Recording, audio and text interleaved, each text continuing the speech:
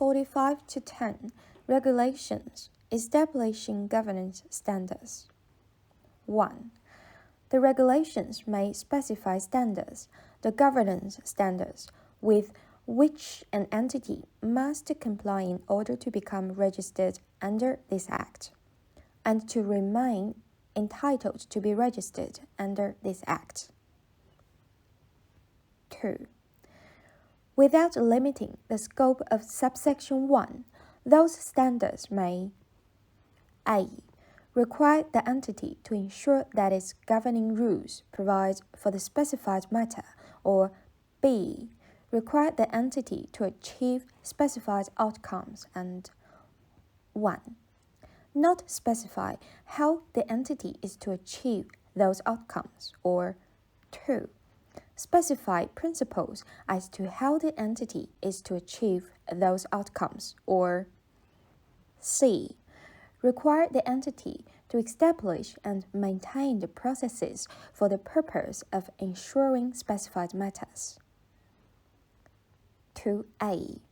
Without limiting subparagraph 2b2, the principles mentioned in that subparagraph may reflect the size of the entity, the amount and nature of contributions to the entity, and the nature of the activities undertaken by the entity in pursuit of its purposes.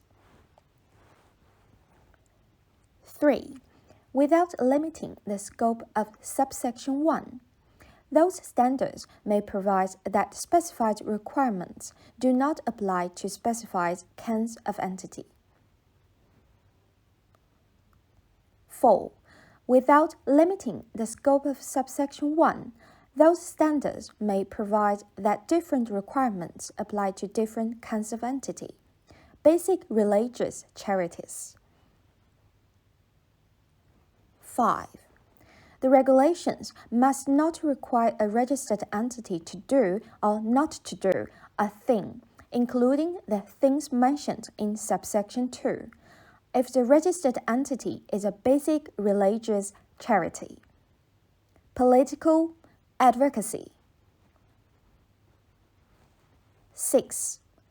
The regulations must not require an entity not to comment on or advocate support for a change to any matter established by law, policy, or practice in a commonwealth, a state, a territory, or other country if a.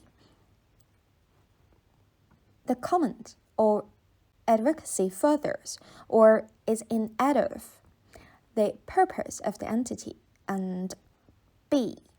The comment or advocacy is lawful.